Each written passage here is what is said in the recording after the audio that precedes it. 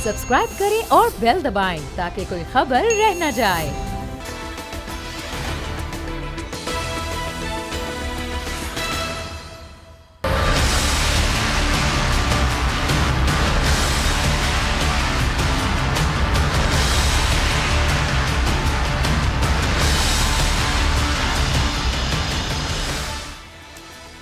अस्सलाम वालेकुम, मैं हूं फैसल अजीज़ खान।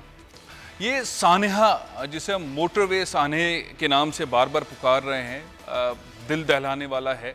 इसके दो पहलू हैं, एक तो उस माँ के साथ जो ज़्यादती हुई उसके बच्चों के सामने, और दूसरा पहलू है CCPO लाहौर का बयान। और उसका जो बयान है उसके बाद उनको बार बार उसकी तशरीह करनी पड़ रही है। दो तकलीफ़ एक साथ, यानी कि रियासत जो है वो जिम्मेदारी लेने को तैयार नहीं है कि माएँ, बहनें, बच्चे, फैमिलीज़ कितने से कितने बजे जाएंगी, ये पुलिस बता रही है बजाय तहफ़्फ़ुज़ देने के। और पूरा एक जलूस जो है वो हुकूमत का उनको तहफ़्फ़ुज़ देने के लिए तैयार है। सूरत हाल दिन ब दिन जिस नहज पर जा रही है उसमें हमें मायूसी ज़्यादा नज़र आती है। मैं आपको एक फ़िगर दे रहा हूँ, अभी सिर्फ पंजाब में एक साल के अंदर जो रेप केसेस हुए हैं उनकी तादाद 14,850 है। सिर्फ सूबा पंजाब के अंदर जो रेप केस हुए हैं वो 14,850 रिपोर्ट किए गए हैं। ये सिर्फ हुए हैं जो रिपोर्ट किए गए हैं, इसके अलावा पता नहीं कितने केसेस हैं जो रिपोर्ट नहीं हुए हैं। आए दिन हम देखते हैं छोटे बच्चों के साथ, बच्चियों के साथ रेप होता है, उन्हें कत्ल कर दिया जाता है। कराची में भी मरवा का मामला है जो थोड़ा सा पीछे चला गया, लेकिन अभी तक उस पर भी कोई ऐसी कार्रवाई देखने को नहीं मिली है। एक तरफ मामला है सोसाइटी का, पुलिस के रवैये का और लाकानूनियत का।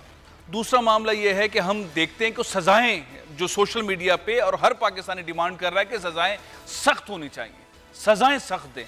सज़ाएं सख्त नहीं देते, बार बार इस तरह के वाक़यात होते हैं। जिस मुलजिम के बारे में कहा जा रहा है आबिद अली, उसके वालिद का नाम है अकबर अली, जिसके बारे में कहा जा रहा है कि DNA तमाम मैच कर गए हैं और जल्द गिरफ्तार कर लिया जाएगा। कुछ इतलात ये हैं कि उन्हें गिरफ्तार कर लिया गया है, बहरहाल ऑफिशियली अभी तक गिरफ्तार नहीं किया गया है।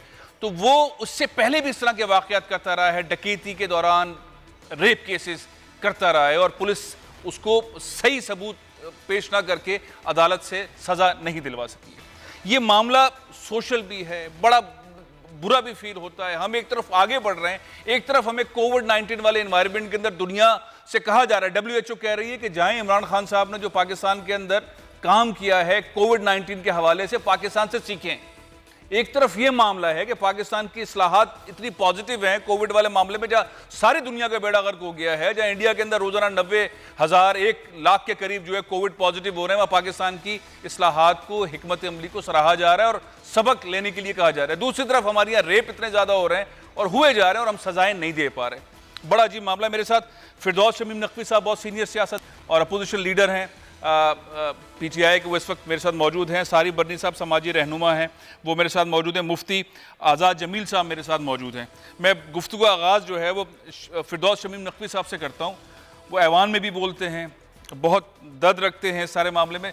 नकवी साहब, दो चीज़ें बहुत आसान सी, एक ये कि एक वाक़या हो गया जिसके ऊपर बहुत सबको तकलीफ है। मैंने फिगर दी, पंजाब के अंदर पिछले एक साल में 14,850 रेप केसेस रिपोर्ट हुए हैं, यानी कि थानों में रिपोर्ट हुए हैं। सुप्रीम कोर्ट में आज पिटीशन आ गई है, सुप्रीम कोर्ट में एडमिट हो गई पिटीशन, इस पर मामला चलेगा और उस पिटीशन के अंदर ये डेटा लिखा हुआ है कि 14,850 रेप केसेस सिर्फ पंजाब में हुए। दूसरी तरफ हमारे जो ऑफिसर्स हैं, पुलिस कल्चर जो है, उनकी मेंटालिटी जो है बजाय मुहाफिज बने और तहफ़्फ़ुज़ फराहम करें, वो ऐसे बयान दे रहे हैं जिसके ऊपर तकलीफ मल्टीप्लाई हो रही है। फिरदौस शमीम नकवी साहब। देखिए फैसल, मेरा तो इस पे मैंने पहले ही बयान दे चुका हूँ और बाकी मीडिया चैनल्स पे भी कह चुका हूँ। जहाँ तक IG CCPO का बयान का ताल्लुक़ है, नहायत इनसेंसिटिव स्टेटमेंट था, इल टाइम्ड स्टेटमेंट था, इनअपॉर्चुन स्टेटमेंट था, और अगर मैं चीफ मिनिस्टर होता तो मैं उनको इस बात पे फारिग कर देता। मैं अब इससे ज़्यादा और क्लियर कोई बयान नहीं दे सकता इस सिलसिले में। जहाँ तक रेप केसेस की तादाद बढ़ने का ताल्लुक़ है, मैं समझता हूँ अगर एक रेप केस भी होता है मुल्क के अंदर वो भी बहुत ज़्यादा है। तो 14,900 की फ़िगर जहाँ से भी आई है, सही है या गलत है, मैं उसकी सेहत पे बात करने से कोई फ़र्क नहीं पड़ता। मेरे लिहाज से तो एक केस भी बहुत ज़्यादा है। ठीक है जी। तो हमें बिलहैसियत माशरे के और as a professional government service के लिए जो पुलिस को है वो सिक्योरिटी तमाम शहरियों को देनी लाजिम और मलजूम है, और जब तक ये नहीं दी जाए उस वक्त तक हमने अपना काम सही नहीं किया।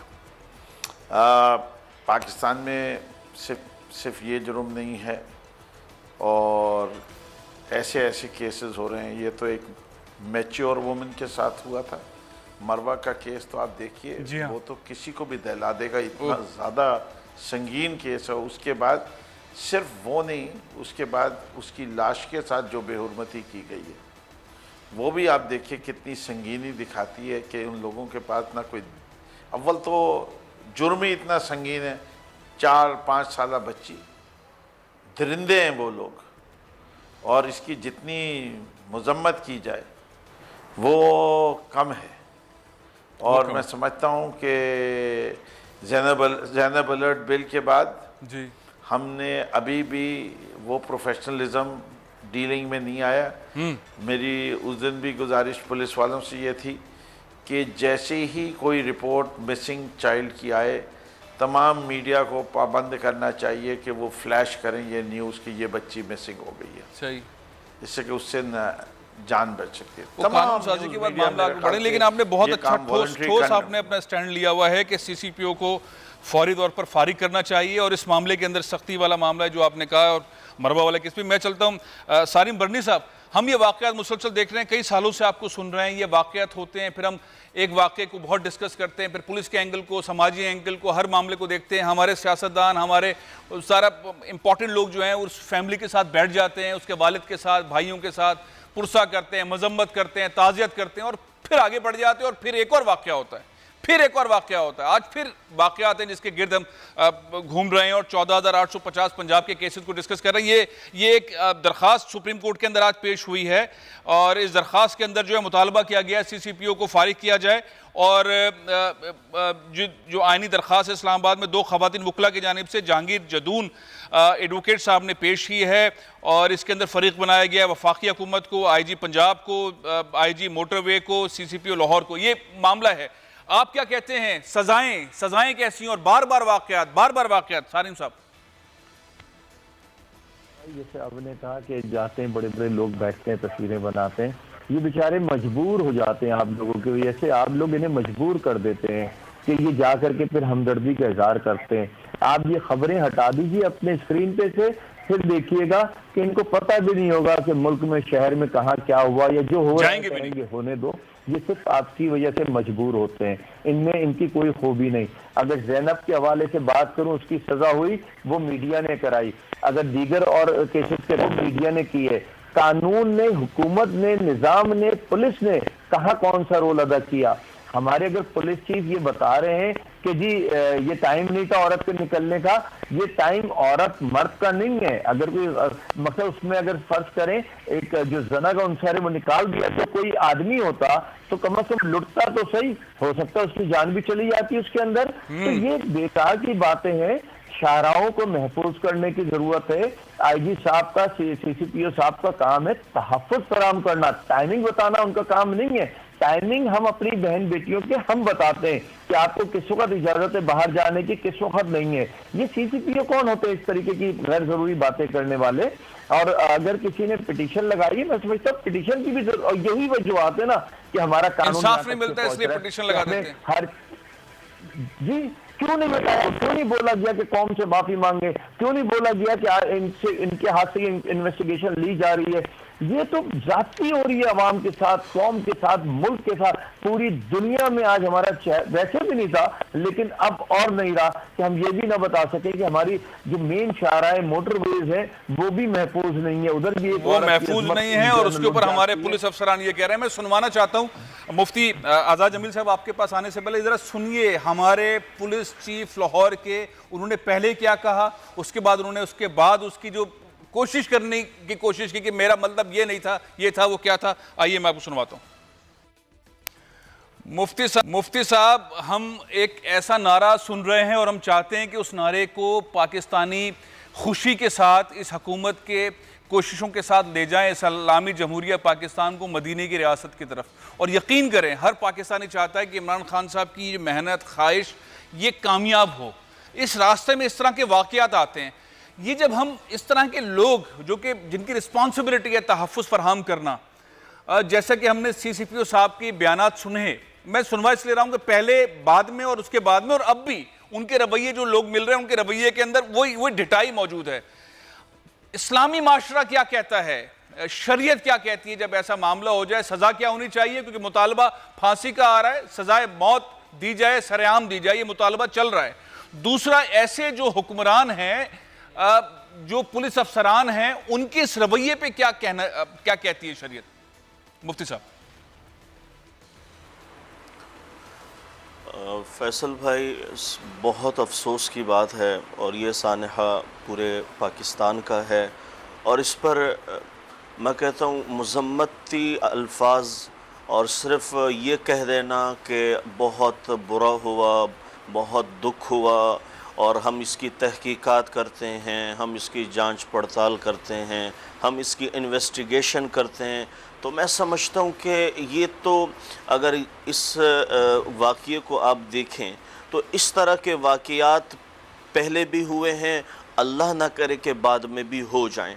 लेकिन जिस तरीक़े से दस्तरस्त और पुश्त के पीछे पनाह करने वाले बड़े लोग होते हैं, उनके पास इख्तियारात होते हैं, तो उन पर हाथ कौन डालेगा? उन्हें तो अपनी ज़ाहिर सीट की परवाह है, उन्हें अपने ओहदे का, मनसब का।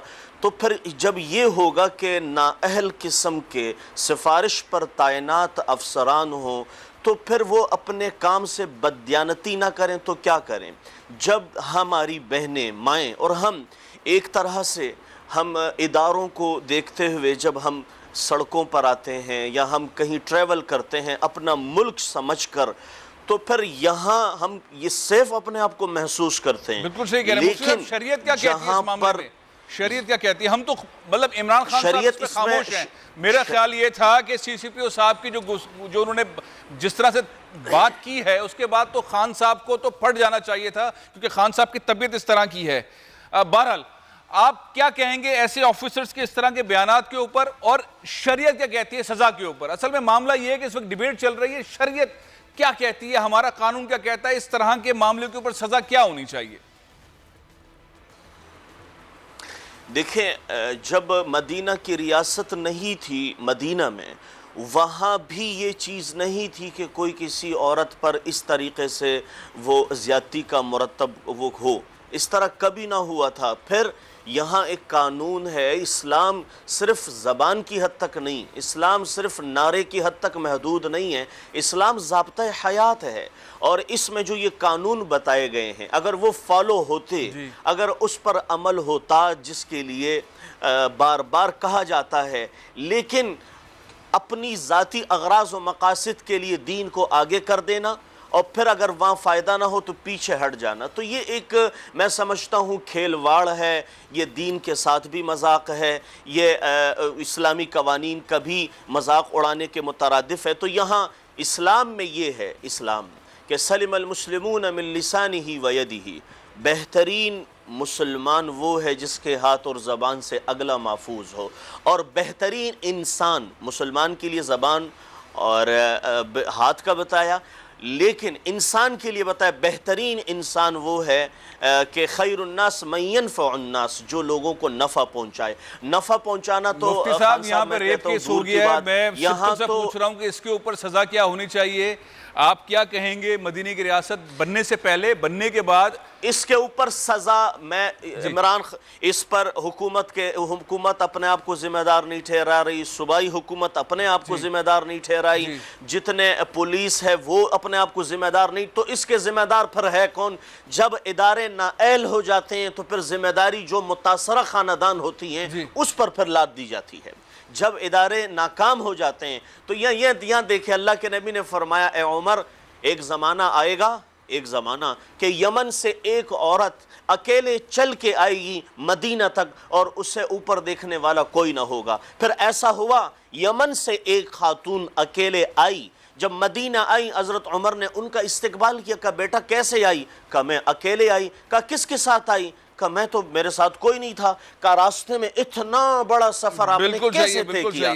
तो फरमाया कि मैं रास्ते से जहां भी आती थी रास्ते में। पाकिस्तानी जो बोल रहे हैं, पाकिस्तानी चाहते हैं, आपने तो अगर सीसीपीओ को फौरी तौर पर हटाने की बात कर दी, आपके मौक़िफ़ से सारे पाकिस्तानियों का मौक़िफ़ जुड़ा हुआ है। एक दूसरा मौक़िफ़ है कि सज़ाएं सख्त हों, अगर सज़ाएं सख्त नहीं होंगी तो ऐसे वाक़यात होते चले जाएंगे, होते चले जाएंगे, होते चले जाएंगे। सज़ाएं कैसी होनी चाहिए नकवी साहब? मेरे ख्याल से आप सज़ा की बात कर रहे हैं जी। मैं उससे पहले इन लोगों को, मुजरिमों को पकड़ने की बात करूँगा, इसलिए कि जब पकड़े जाएंगे तो सज़ा की बारी आएगी। ठीक है। दूसरी चीज़ ये, सज़ा से पहले अच्छी प्रोसिक्यूशन की ज़रूरत है, और अच्छी प्रोसिक्यूशन के लिए अच्छी इन्वेस्टिगेशन की ज़रूरत है। इससे कि अगर आप इनकी डाइसेक्ट करेंगे ये केसेस को, तो मुजरिम इस वक्त प्रेशर हटाने के लिए अगर मैं 4 आदमियों को पकड़ के जेल में डाल दूं और कह दूं यही मुजरिम थे, और फिर इनकी केस की बारी आते आते जिस तरह नकवी साहब, वो जो हमारे वजीर कानून ने पंजाब के राजा बिशारत साहब 6 बजे प्रेस कॉन्फ्रेंस कर रहे हैं और वो तमाम चीज़ें सामने लेकर आ रहे हैं। इतलात ये हैं कि मुलजमान को पकड़ लिया, आबिद अली को पकड़ लिया है, अब वो बाकायदा प्रेस कॉन्फ्रेंस के अंदर ऐलान करेंगे, उनके डीएनए भी मिल गए, तो मुलजमान गिरफ्तार हो गए हैं। तकरीबन इसके अनाउंसमेंट शायद 6 बजे के करीब पंजाब की हुकूमत करेगी। देखिए बात ये नहीं है फैसल जी फैसल जी जी सर, बलूचिस्तान हाई कोर्ट ने एक डिसीजन दी है अभी जी।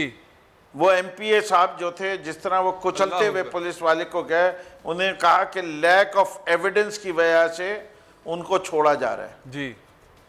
वो गाड़ी से उड़ा दिया उन्होंने ट्रैफिक पुलिस वाले को, और एविडेंस नहीं है और उनको बाइज्जत बरी कर दिया कोर्ट ने। आप सही कह रहे हैं, प्रोसिक्यूशन ठीक हमें नहीं समझ में आया, हो जाएगा जी। सही। अच्छा जी, अच्छा मैं अपनी हुकूमत को भी कोई लाइटली नहीं, साहिवाल का इंसिडेंट हुआ जी, किसने मारी गोलियां उस फैमिली को? कोई मैंने आई, कोई अवाम में आया, कोई छुपते छुपाते आया, पुलिस फोर्स ने गोली मारी। वो कहते हैं कि ये नहीं पता चल रहा किसने गोली मारी जी। मुर्तजा भुट्टो किसकी गोलियों से मारा गया? जबरदस्त पॉइंट है आपका। प्रोसिक्यूशन की हुकूमत हो, एविडेंस पूरे हो ताकि सजाएं मिलवा सकें। बहुत जबरदस्त बात की है। असल बात यही है, असल बात यही है सारिम बंडी साहब, असल में बात यही है। आप इतने सारे केसेस आपने रेप के देखे, इस तरह के मामला देखे, बच्चियों को कत्ल कर देते हैं, कचरों में फेंक देते हैं, सजाएं नहीं हो पाती, प्रोसिक्यूशन वीक रहती है। नकवी साहब का बहुत जबरदस्त पॉइंट है। अभी हमने बलूचिस्तान के अंदर एक एविडेंस देख भी लिया, एक साहब बाइज्जत बरी। एक जुमला मैं बन्नी साहब से, सारिम बन्नी साहब से जी, सारिम बन्नी साहब से भी एक बात कहना चाहूंगा जी जी अगर आप इजाजत दें। जी जी प्लीज प्लीज। सारिम भाई, माफी के साथ, आपको माशरे में जो आदमी कोई काम भी करे, अगर वो अच्छा काम है आप उसको सराहिए, वजूहात मत ढूंढिए कि वो क्यों कर रहा है। इससे ये जो आप काम करते हैं उससे आप माशरे में डिस्पोंडेंसी फैलाते हैं। उनमें ये लगता है कि हर शख्स जो दुनिया में वो मतलब परस्त है, तो वो मतलब परस्त नहीं है। कल मैं ये कह दूं कि सारिम बन्नी फाउंडेशन जो है वो ऐसे बयानात इसलिए देती है कि उनकी फाउंडेशन को डोनेशन ज़्यादा मिले, तो मुझ पे सब लोग लानत मलामत करेंगे कि भाई वो अच्छा काम करते हैं, आपको यही जुमला रह गया था कहने को, तो फिर मुझ में और वो आईजी साहब में कोई फ़र्क नहीं रहेगा। तो आप भी जो सियासतदानों को या NGOs जो जाती हैं इज़हार हमदर्दी के लिए, आप अप्रिशिएट कर लीजिए कि ये अच्छा काम है, अच्छा काम है। चलें, उनका दुख हल्का होता है, आप उनके साथ खड़े हुए होते हैं। सही सही। सियासतदानों को काम यही है, हर जगह पे हमदर्दी के लिए, मसाइल के लिए पहुंचे, उनकी पूछगछ करें। जी सारिम साहब। फिरदौस भाई, आपकी इस बात के बावजूद मैं एतराज करूंगा और यूं करूंगा कि ये बात अगर मैं करता कि जी प्रोसिक्यूशन में प्रॉब्लम है, पुलिस में प्रॉब्लम है, मुफ्ती साहब करते, फैसल भाई करते, समझ में आता। मुझे हैरत और अफसोस इसी बात पे है कि आप हुकूमती हिस्सा होकर के ऐसी बात कर रहे हैं। ये जिम्मेदारी, इसके कसूरवार, इसके जिम्मेदार आप लोग हैं। आप हुक्मरानी लिए बैठे हुए, आपकी हुकूमत में ये सब कुछ हो रहा है। वो जो पुलिस वालों ने मारा वो भी आपकी हुकूमत में हुआ, जो बच्ची के साथ हुआ ये भी आपकी हुकूमत में हुआ। चले मरवा का केस हम ये सिर्फ हुकूमत के हवाले में, ये जानिए, ये इसके बुरा करने वाले लेकिन जो चीजें दीगर हो रही हैं तो आपके होते हुए हो रही हैं। आप कहीं का तो निजाम अच्छा करके बताएं, आप पंजाब का निजाम अच्छा कर दें, KPK का कर दें, वफाक का बिल्कुल कर सही दें, बात है, हम बिल्कुल कहीं सही बात है। तो मैं खबर मुफ्ती लें। साहब को शामिल कर अब लेता हूं। रही मुफ्ती बात- जुबैर साहब मेरे साथ हैं। मुफ्ती साहब, सजा डिमांड चल रही है, पाकिस्तानी कौम चाहती है, आवाम चाहती है ऐसे दरिंदों को सजाएं दें, ये छूट जाते हैं, प्रोसिक्यूशन वीक होती है। नकवी साहब की बात भी ठीक है, हुकूमत की रिस्पॉन्सिबिलिटी बनती है, ये सारिम साहब की बात सही है, लेकिन शरीयत क्या कहती है? ऐसे मुजरिमों को, दरिंदों को सजाएं कैसी होनी चाहिए? देखिए, सबसे पहली बात तो ये है कि सजाओं से मुताल्लिक इस्लाम का जो मौक़िफ़ है वो ये है कि इस्लाम को सजाएं देने का कुछ शौक नहीं है, ना ही सजाएं इस्लाम का टाइटल है।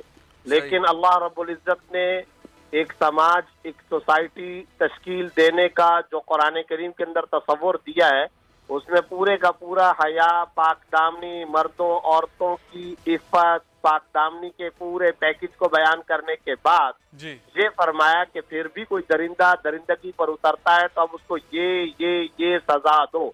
एक नहीं, दो नहीं, हुदूद और ताज़ीरात की पूरी एक लिस्ट है। मेरा आपसे सवाल ये कि क्या कराची में, क्या पाकिस्तान में कभी किसी ने बदकारी नहीं की है?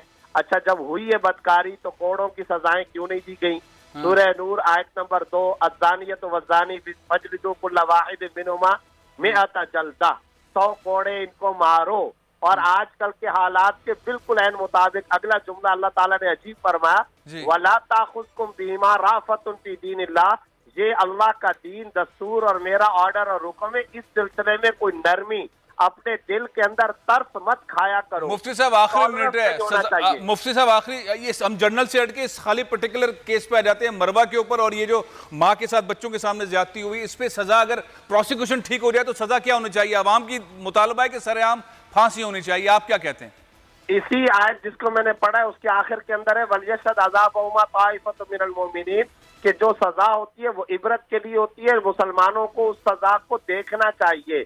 अगर काजी और जज और अदालत का जज ये मुनासिब समझता है लोगों का इस वक्त जिस तरह का चलन चल चुका है, सरेआम फांसी देनी चाहिए। बहुत बहुत शुक्रिया, बहुत बहुत शुक्रिया मुफ्ती साहब, बहुत बहुत शुक्रिया। फिरदौस अमीन नकवी साहब, सारिम बंडी साहब, प्रोग्राम का वक्त खत्म हो गया। अब दिलचस्प है, लेकिन बहरहाल इस दिलचस्पी के मामले को सबक की तरफ लेकर जाना है कि किस तरह आवाम डिमांड कर रही है, हुकूमत क्या चाहती है, प्रोसिक्यूशन इतनी वीक है तो उसको किस तरह से स्ट्रॉन्ग किया जाए। ये सारे मामलात हैं, लेकिन बहुत फिक्र वाले मामलात हैं, इसको ठीक होने की जरूरत है, क्योंकि एक के बाद एक केस, एक के बाद एक केस, बहुत सारे केसेस हो गए। बहरहाल प्रोग्राम यहाँ खत्म करो, इंशाल्लाह कल फिर मुलाकात होगी। इजाजत दीजिए। पाकिस्तान जिंदाबाद।